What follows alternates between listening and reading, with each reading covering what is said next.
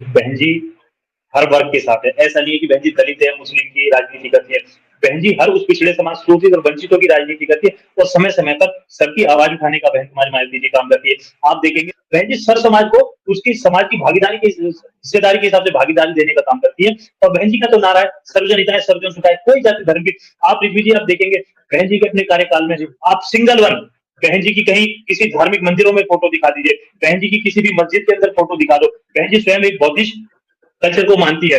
बहन जी का कहीं बौद्ध मंदिर में कहीं प्रांगण में कहीं फोटो बहन जी का दिखा दीजिए। बहन जी का फोटो आप देखेंगे कभी भी पुराने फोटो चलेंगे सरकारी स्कूलों में बहन जी का फोटो देखेंगे। तो बहन जी का फोटो कहीं अधिकारियों को काम के लिए अवगत और कराते हुए वैसे भी फोटो देखे। धर्म की राजस्थान राजनीति ये करके ये दिखाना चाह रहे हैं और सबसे बड़ा मैं कहना जी। चाह रहा हूँ आपके चैनल के माध्यम से इसी तरह अगर जो इनका ये व्यवहार रहा, अगर जो ये सरकार इसी तरह लगातार बनी रही, तो मैं ये कहने से गुरेज नहीं करूंगा कि उत्तर प्रदेश में हिंदू मुस्लिम बड़े स्तर से एक न एक दिन दोबारा जरूर होने जा रहा होगा। 3 दिन पहले का जो आदेश था, बहन जी ने ट्वीट किया, एक्स पे किया और बहन जी ने आवाज उठाई, वो सरकार को बदलना पड़ा। और ये देखिए, ये सरकार की मंशा सिर्फ बच्चों को शिक्षित करने की यहाँ तक ही सीमित नहीं रही। आप बताइए 27,000 सरकारी स्कूलें बंद होंगे, तो शिक्षकों की भी भर्ती रोक लगेगी।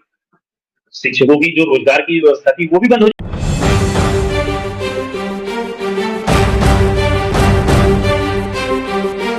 जय हिंद, जय भीम, सत श्री अकाल, आदाब। मेरा नाम है शादाब। सुप्रीम कोर्ट से मदरसों को लेकर एक बड़ी अहम खबर सामने आ रही है। सुप्रीम कोर्ट के फैसले से मदरसों को बड़ी राहत मिली है।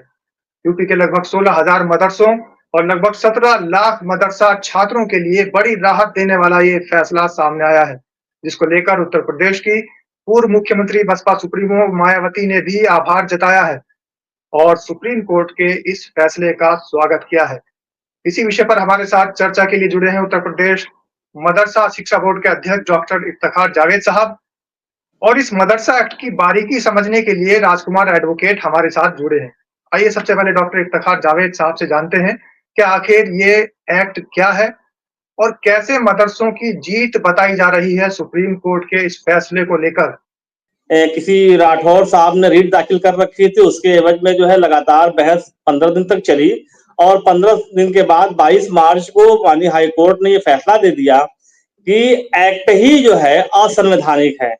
अचरज भरा फैसला था, सभी को लगा कि कोई एक्ट में कमियां हो तो बतावे समझ में आता है, लेकिन असेंबली द्वारा पारित एक्ट को एक झटके में असंवैधानिक करार देना कुछ समझ में नहीं आया किसी को कि ऐसे इस तरह से कैसे फैसले हो सकते हैं कि असेंबली अगर कोई एक्ट बनाती है तो उस एक्ट में कमियों के बारे में या सुझाव तो दिया जा सकता है, लेकिन पूरे एक्ट को ही असंवैधानिक करार दे दिया जाए ये समझ से परे था।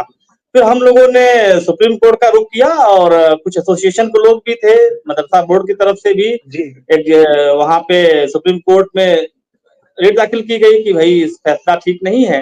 तो 5 अप्रैल को सुप्रीम कोर्ट ने कहा, उस पर स्टे लगा दिया कि इस पर रोक लगाई जाती है, इस तरह के फैसले ठीक नहीं है और फिर सुनवाई चली। 7 महीने तक के बाद जो है माननीय सुप्रीम कोर्ट ने फैसला दिया है कि हाई कोर्ट ने जो फैसला सुनाया था कि एक्ट दुरुस्त नहीं है, तो एक्ट दुरुस्त है। उसके तहत 20 साल से मदरसे चल रहे हैं और उसी एक्ट के अंतर्गत हमारी 2016 की नियमावली बनी हुई है, तो नियमावली भी काम कर रही है।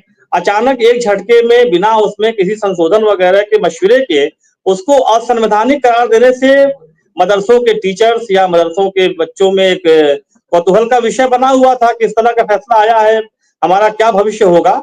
लेकिन आज माननीय सुप्रीम कोर्ट ने फैसला दे करके एकदम सबकी बोलती बंद कर दी है और बड़ा फैसला है। तो मदरसे जो बैकफुट पे आ गए थे हाई कोर्ट के फैसले के बाद, अब फिर पहले की तरह वो मदरसे जिस तरीके से काम करते हैं फिर करना शुरू करेंगे या कर रहे हैं। अध्यक्ष जी ये भी कहा जा रहा था कि जैसे 17 लाख मदरसा छात्रों के भविष्य पर तलवार लटकी हुई थी और लगभग 16 से 17,000 मदरसे हैं उत्तर प्रदेश के अंदर जिनको इंतजार था इस फैसले का। तो ये जो 2004 एक्ट है, इसमें एक बड़ा सवाल ये उठाया था उत्तर प्रदेश सरकार ने कि कामिल फाजिल की जो डिग्री है उसको समकक्ष ना माना जाए, 12th के या हाई स्कूल के या ग्रेजुएशन के समकक्ष ना माना जाए। वो पूरा मामला क्या है? नहीं, ये ठीक बात है। दरअसल कोई बोर्ड, जो भी बोर्ड होता है, चाहे हमारा सीबीएसई बोर्ड हो, आईसीएसई बोर्ड हो, यूपी बोर्ड हो, संस्कृत बोर्ड हो, तो कोई भी बोर्ड सर्टिफिकेट कोर्स कराती है, हाई स्कूल, इंटरमीडिएट। हमारे यहाँ मुंशी मौलवी है या कामिल है, इस तरह की चीजें हैं। मैं भी चेयरमैन बना तो मुझे बड़ा अटपटा सा लगा कि कामिल फाजिल जो है 3 साल का ग्रेजुएशन, इसीलिए हमारे यहाँ जो सेक्रेटरी या निरीक्षक जो है उनको रजिस्ट्रार कहते हैं, मदरसा बोर्ड के रजिस्ट्रार। अब बोर्ड में रजिस्ट्रार तो ये शायद कहीं नहीं सुनने को मिलेगा, लेकिन यहाँ पे रजिस्ट्रार हैं, वो यूनिवर्सिटी के रजिस्ट्रार के समतुल्य बन करके कामिल और फाजिल की डिग्रियां दी जा रही थी, जो कि मदरसों में तो काम में आ रही थी, लेकिन मदरसों के बाहर किसी यूनिवर्सिटी वगैरह में उसका कोई जो है वजूद नहीं था।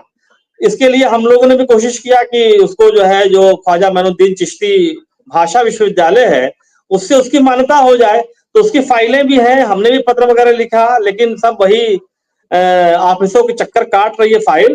तो इस पे अगर अब सुप्रीम कोर्ट ने फैसला दिया है तो सरकार को इस पे जो है कदम बढ़ाते हुए इसको कामिल और फाजिल को अगर यूनिवर्सिटी से एफिलिएशन करा लेती है तो बच्चों के भविष्य के लिए भी अच्छा होगा और मदरसा बोर्ड के लिए बेहतर होगा। मदरसा बोर्ड अपना मुंशी, मौलवी और आलिम की परीक्षाएं कराए, और जो बोर्ड का काम है सर्टिफिकेट कोर्स नहीं है।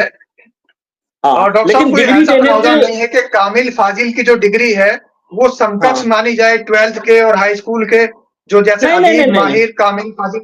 मुंशी मौलवी 10th के इक्विवेलेंट है, जिसे सेकेंडरी भी कहते हैं, और आलिम जो है वो 12th के इक्विवेलेंट है, जिसे सीनियर सेकेंडरी भी कहते हैं।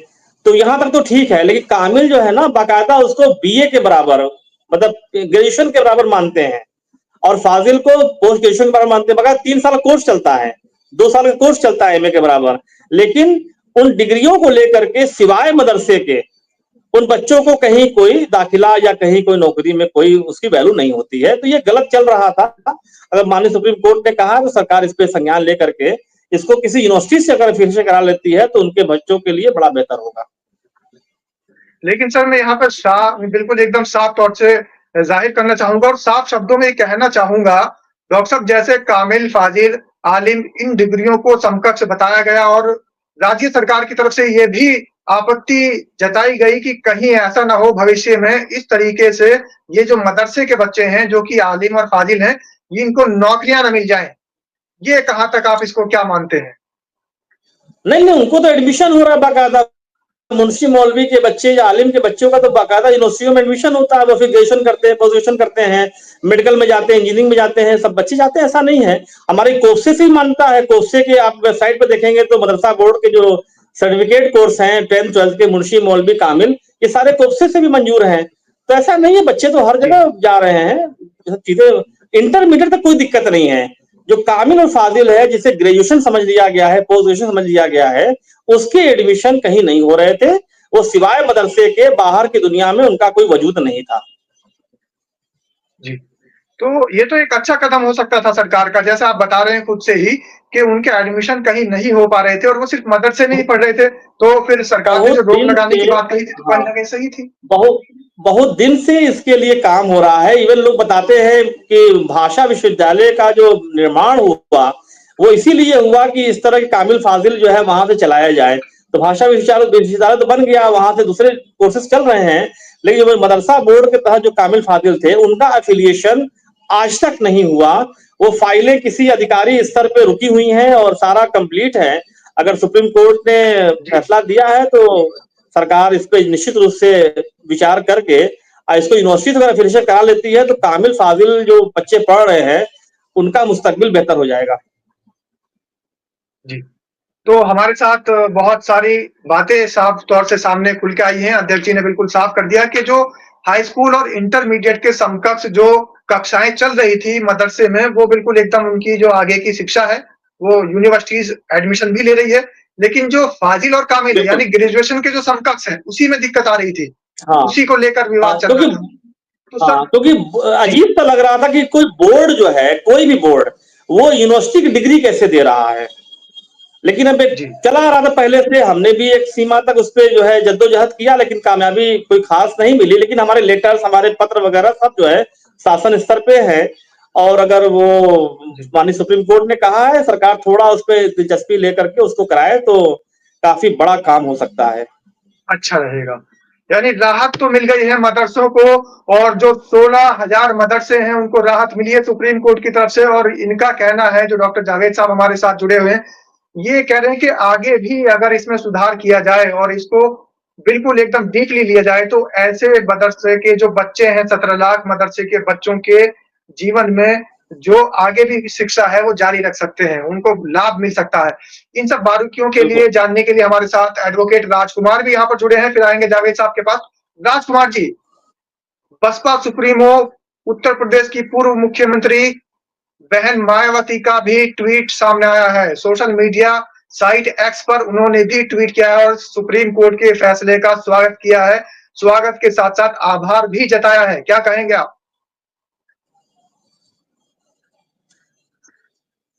राजकुमार जी, आपका माइक जो है वो म्यूट है, शायद उसको अनम्यूट कर लीजिएगा। दर्शकों तक आपकी आवाज नहीं पहुंच पा रही है। जी बताएं।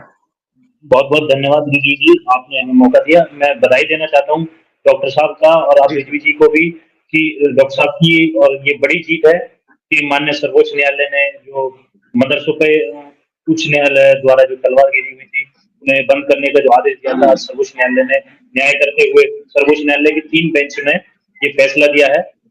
उसके लिए आप सबको ढेरों बधाई। जी और मैं माननीय सर्वोच्च न्यायालय का बारंबार धन्यवाद देना चाहता हूँ कि जिन्होंने इतना अच्छा फैसला सुनाया शिक्षा के क्षेत्र में जो बहुत जरूरी था, राजकुमार जी, जिसके बहन लिए मायावती ने भी ये कहा है कि अभी जो है जी इसके अंदर और भी सुधार होने की जरूरत है और शिक्षक जो शिक्षण संस्थान है उनको लेकर पहले भी बहन मायावती हमेशा से सजग रही है, अग्रसर रही है और कहीं न कहीं जागरूकता फैलाती रहती है। उन्होंने मदरसों को लेकर भी बयान दिया है और ट्वीट किया है कि ये जो फैसला आया है ये बिल्कुल स्वागत योग्य है, सुप्रीम कोर्ट का फैसला। तो कहीं प्रदेश मैं सरकार ने जो इसका आपत्ति जताई थी तो रिजवी प्रदेश भाई सरकार को करारा जवाब दिया है बहन मायावती ने। रिजवी भाई, मैं मदरसों की ही बात नहीं करूंगा। अभी आपने 2 दिन पहले एक और आदेश सुना होगा इसी राज्य सरकार का कि 27,000 तकरीबन, अगर जो मैं सही हूं तो प्राथमिक विद्यालय जो सरकारी जी स्कूल है, बिल्कुल। सरकार उन्हें भी बंद करने जा रही थी।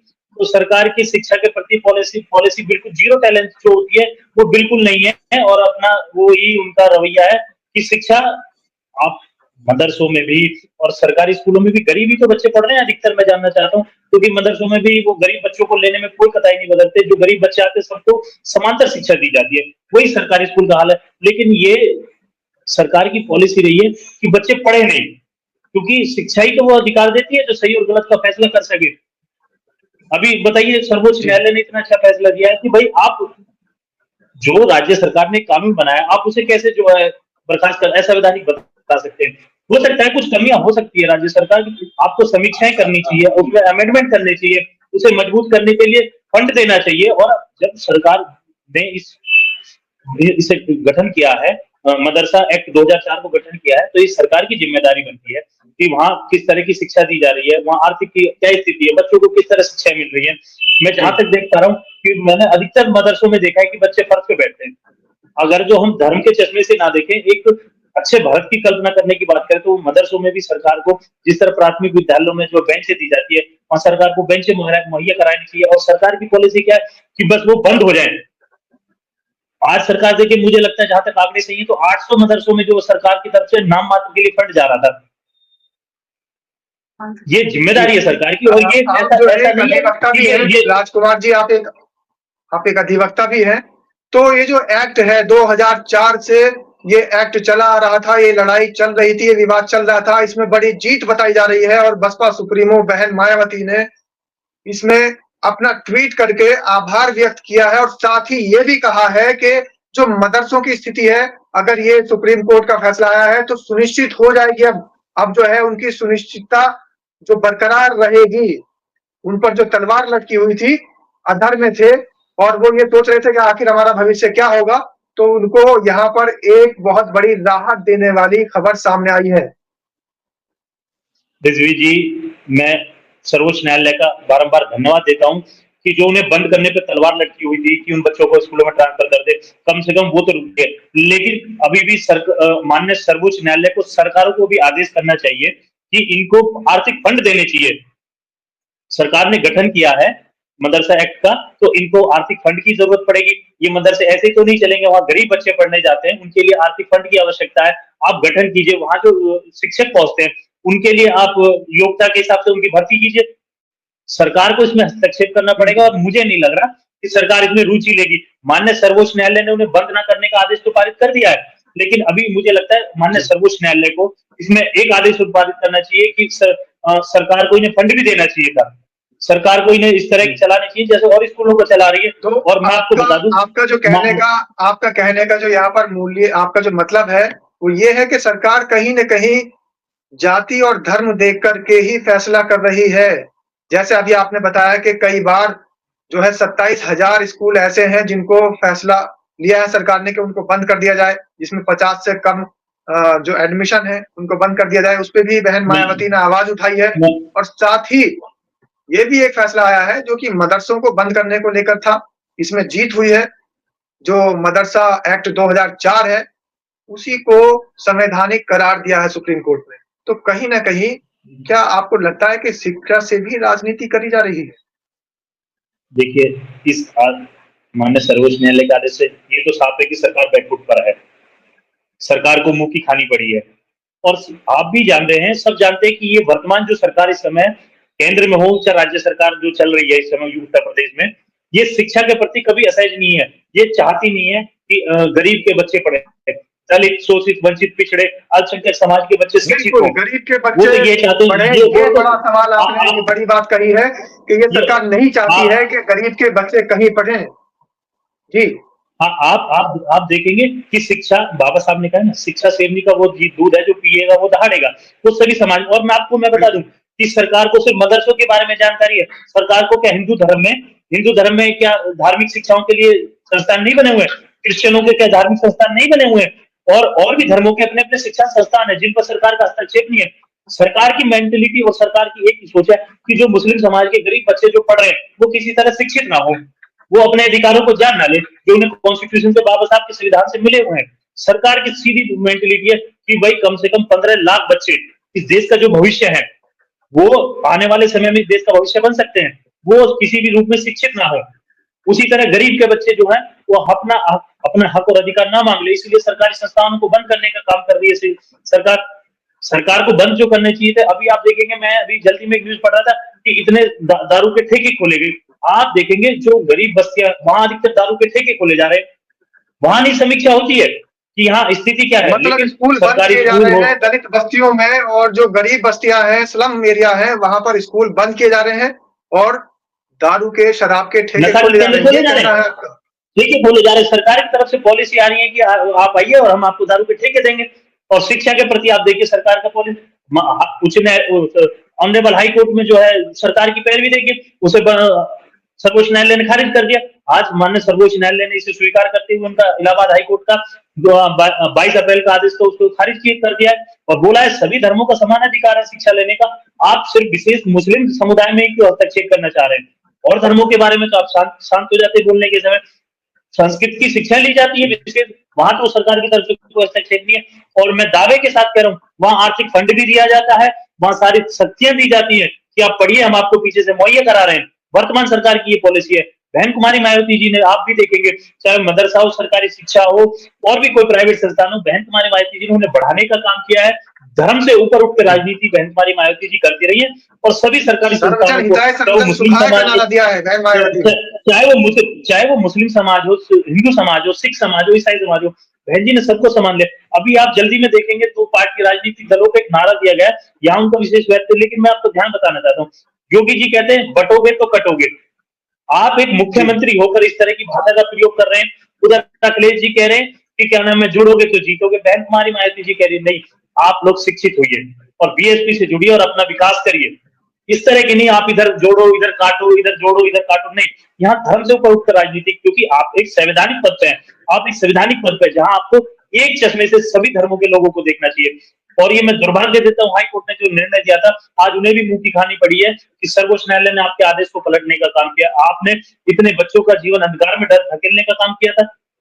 आप एक सरकार के इशारे पे काम कर रहे हैं। आज सर्वोच्च न्यायालय ने दूध का दूध और पानी का पानी कर दिया कि सरकार द्वारा बनाया हुआ कानून था, आप इसे असंवैधानिक किस आधार पर करार दे रहे हैं? और भी धर्म है, उनके अपने अपने सामाजिक सारे शैक्षिक संस्थान है, वहां तो किसी का कोई हस्तक्षेप नहीं है। संस्कृत के लिए ये जो मंदिरों में जो पुजारी बनते हैं उनके लिए अपनी अपनी संस्थाएं अलग से खुली हुई है, वहां वो लोग पाठ करते हैं, पूजा करते हैं, उन्हें शिक्षा दी जाती है इसी तरह की। वहां आज तक किसी न्यूज ने किसी तरह का नहीं चलाया। वहां सरकार का बड़ा पैसा फंड होता है। लेकिन एक बात तो यहाँ पर बिल्कुल साफ हो गई है, एक बात बिल्कुल साफ हो गई है, बसपा सुप्रीमो बहन मायावती के इस पोस्ट से, जो सोशल मीडिया प्लेटफॉर्म एक्स पर जो उन्होंने पोस्ट किया है और मदरसों को लेकर जो सुप्रीम कोर्ट का फैसला आया उसका स्वागत किया है, तो इस स्वागत से, इस आभार से बहन जी के ऊपर जो आरोप लगता है कि सिर्फ दलितों की राजनीति बहन जी करती है, सिर्फ दलितों को ही वो अपना वोट बैंक समझती है। तो यहाँ पर अगर उन्होंने मदरसों के लिए कोई बात कही है तो ये मदरसों में पढ़ने वाले दलित तो नहीं है, यहाँ पर तो मुस्लिम भी पढ़ते हैं। तो ये जो आरोप है विपक्ष का, जो हमेशा से बहन मायावती पर लगता रहता है कि सिर्फ दलितों की राजनीति करती है, तो मुस्लिमों के पक्ष में भी यहाँ पर बोल रही है। देखिए बहन जी हर वर्ग के साथ है, ऐसा नहीं है कि बहन जी दलित है मुस्लिम की राजनीति करती है। बहन जी हर उस पिछड़े समाज, शोषित और वंचितों की राजनीति करती है और समय समय पर सबकी आवाज उठाने का बहन कुमारी मायावती जी काम करती है। आप देखेंगे राष्ट्रपति द्रौपदी मुर्मू जी जब राष्ट्रपति बनने की बात आई थी तो बहन जी ने स्वागत करा था। वो बीजेपी की कैंडिडेट बेशक हो सकती है, लेकिन बहन जी ने कहा वो एसटी समाज से आती है जिसको हम स्वागत करते हैं। आप देखेंगे बीएसपी से टिकट देने का काम हो, संख्या के हिसाब से बहन जी ने सबको भागीदारी देने का काम किया हो। मैं जिस कॉन्स्टिट्यूएंसी से आता हूँ यहाँ गुर्जर बाहुबल्य क्षेत्र है, यहाँ से ठाकुर को टिकट देने का माननीय बहन कुमारी मायावती जी ने टिकट किया। अभी उपचुनाव आ रहे हैं गाजियाबाद में, यहाँ से एक बनिया भाई हमारे व्यापारी जो है उन्हें टिकट देने का काम किया। बहन जी सर समाज को उसकी समाज की भागीदारी के हिस्सेदारी के हिसाब से भागीदारी देने का काम करती है। और बहन जी का तो नारा है सर्वजन हिताय सर्वजन सुखाय, कोई जाति धर्म की। आप रिजवी जी आप देखेंगे बहन जी के अपने कार्यकाल में आप सिंगल वन बहन जी की कहीं किसी धार्मिक मंदिरों में फोटो दिखा दीजिए, बहन जी की किसी भी मस्जिद के अंदर फोटो दिखा दो। बहन जी स्वयं एक बौद्धिस्ट कल्चर को मानती है।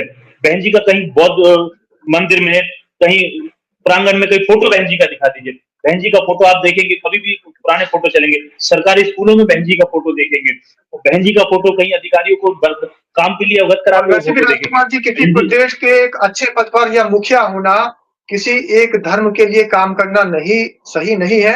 अगर कहीं जो है किसी प्रदेश का मुखिया आपको चुना गया है, आपको इलेक्टेड वहां का मुख्यमंत्री बनाया गया है, तो आप सारे धर्मों की बात करेंगे, आप सभी धर्मों का साथ, सभी धर्मों का विकास लेकर चलेंगे। किसी एक धर्म को टारगेट करना या फिर किसी एक धर्म की अच्छे से जाकर जो है तारीफ करना या उसमें विकास कार्य उनके बाहुल जो धर्म के बाहुल क्षेत्र हैं उनमें विकास कार्य ज्यादा करना, ये सब अच्छी राजनीति का कहीं भी संकेत नहीं है। अगर आपको जनता ने चुना है तो जनता सर्वोपरि होनी चाहिए, धर्म सर्वोपरि नहीं होना चाहिए। बिल्कुल रिजवी जी, ये बिल्कुल सत्य बात है कि जो मुख्यमंत्री का संवैधानिक पद है वो धर्म से ऊपर उठकर पद है। ये जाति धर्म को नहीं देखता, आपको सर समाज ने आज चुन के यहाँ भेजा है। ये नहीं है कि आपको सिर्फ हिंदुओं ने चुन के भेजा है। आप ये देखिए ये कितना अच्छा कॉन्स्टिट्यूशन है, आप भगवे कपड़े पहन के आपको स्वागत हो रहा है। सभी लोग, ऐसा नहीं है कि मुस्लिम कॉन्स्टिट्यूंसी में आपको वोटें नहीं मिली, मुस्लिम समाज भी आपको दिल से स्वागत करना चाहता है, लेकिन आपकी जो बदले की भावनाएं रहती है, आप हमेशा इस तरह का हमला करते हैं किसी एक समाज पर कि बटोगे तो कटोगे, ये मुख्यमंत्री को शोभा नहीं देता है। आप इस तरह की भाषा बयानबाजी करते हैं कि जो आपको बिल्कुल शोभ नहीं, क्योंकि आप उस पद पर है जहां सिर्फ एक ही चश्मा होता है। कानून के द्वारा भी एक मूर्ति बनाई गई है जो किसी भी धर्म को नहीं देखती। आप भी उसी पद पर, आप मुख्यमंत्री रहते हुए आपको किसी एक को नहीं देखना है, किसी धर्म को नहीं देखता। और हमारे माननीय मुख्यमंत्री तो वर्तमान समय में बिल्कुल एक धर्म की राजनीति करके ये दिखाना चाह रहे हैं। और सबसे बड़ा मैं कहना चाह रहा हूँ आपके चैनल के माध्यम से, इसी तरह अगर जो इनका ये व्यवहार रहा, अगर जो ये सरकार इसी तरह लगातार बनी रही, तो मैं ये कहने से गुरेज नहीं करूंगा कि उत्तर प्रदेश में हिंदू मुस्लिम बड़े स्तर से एक न एक दिन दोबारा होने जा रहा होगा। अगर जो इसी तरह की राजनीति करते रहे, बटोगे तो कटोगे, क्या युवाओं को क्या मैसेज देना चाह रहे हैं? किस तरह की राजनीति आप करना चाह रहे हैं इस परिप्रेक्ष्य में? आज भारतीय जनता पार्टी के अभी वो पीछे मामला हुआ, वहां मस्जिद के ऊपर चढ़ के उनका झंडा उतारने का काम कर रहे हैं। कौन सा सौंदर्य भाव बढ़ाने की बात कर रहे हैं? मुस्लिम भाइयों के अपने वो है, अपने कल्चर है, जिस तरह हिंदू भाइयों के अपने कल्चर है। आप अपना मनाइए, हम मनाइए। आप बताइए कोई भी यात्रा निकाल रहे हैं तो आप वहां मस्जिद के बाहर जाके इस तरह की नारेबाजी कर रहे हैं, ये शोभनीय नहीं है और सरकार को इस पर हस्तक्षेप करना चाहिए था।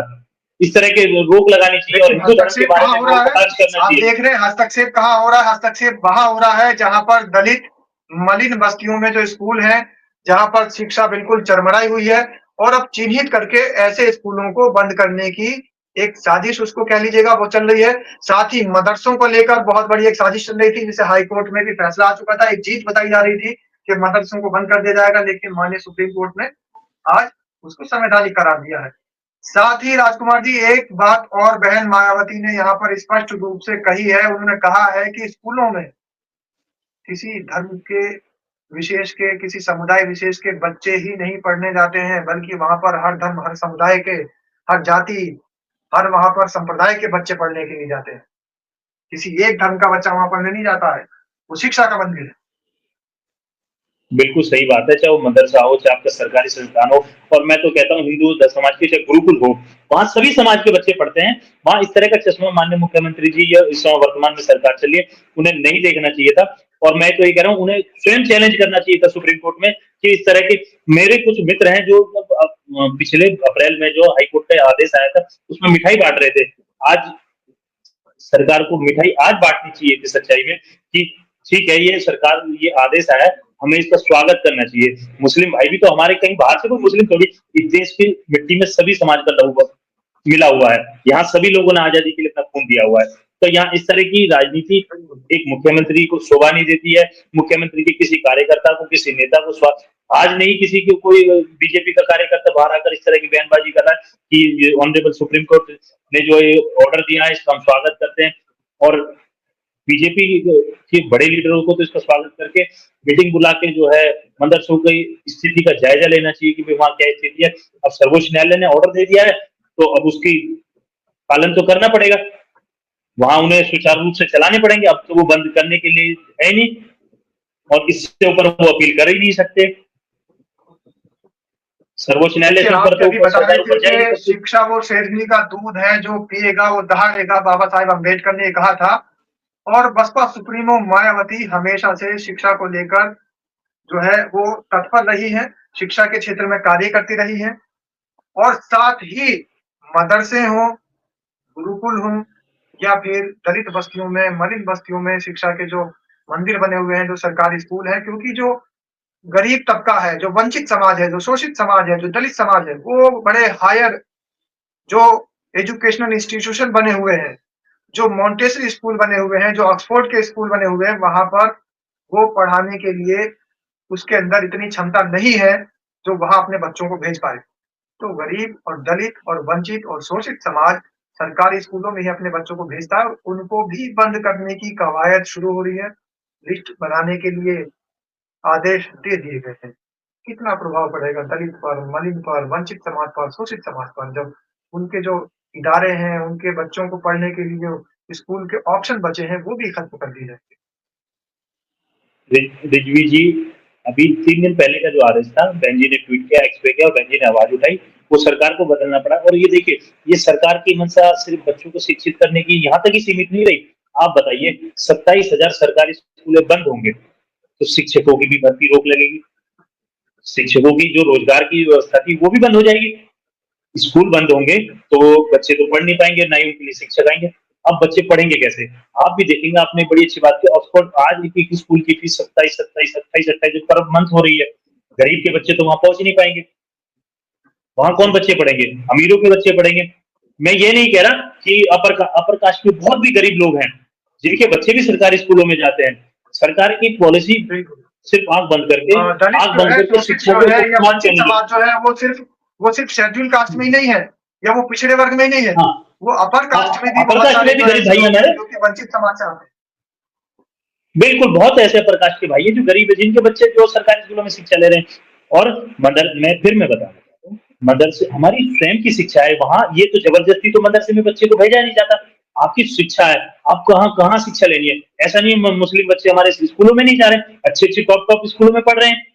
ये तो स्वेच्छा से हम जो अपने धार्मिक शिक्षा लेके मदरसे में जा रहे हैं। और अभी डॉक्टर साहब ने बताया है कि हमारे मदरसों की भी शिक्षा इंटर आपने भारतीय जनता पार्टी पर निशाना साधा था और ये कहा था कि प्रदेश में भारतीय जनता पार्टी के जो कार्यकर्ता है वो मदरसे के जो पक्ष में फैसला आया है उससे अभी कोई प्रतिक्रिया नहीं जाहिर कर रहे हैं। लेकिन बता दूं कि भारतीय जनता पार्टी के नेता डॉक्टर जो बने हैं, इंजीनियर बने हैं, पॉलिटिकल लीडर बने हैं, यहाँ तक के आपके जो इस समय रक्षा मंत्री हैं राजनाथ सिंह, वो भी मदरसे से ही शिक्षा ग्रहण करके आए हैं।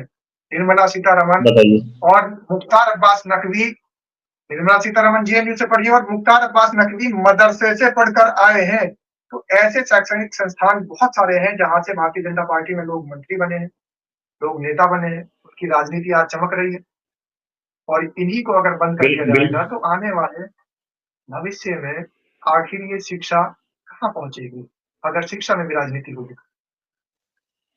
रिजवी जी, ये सरकार आने वाली जनरेशन को गूंगी और बहरी पैदा करना चाह रही है।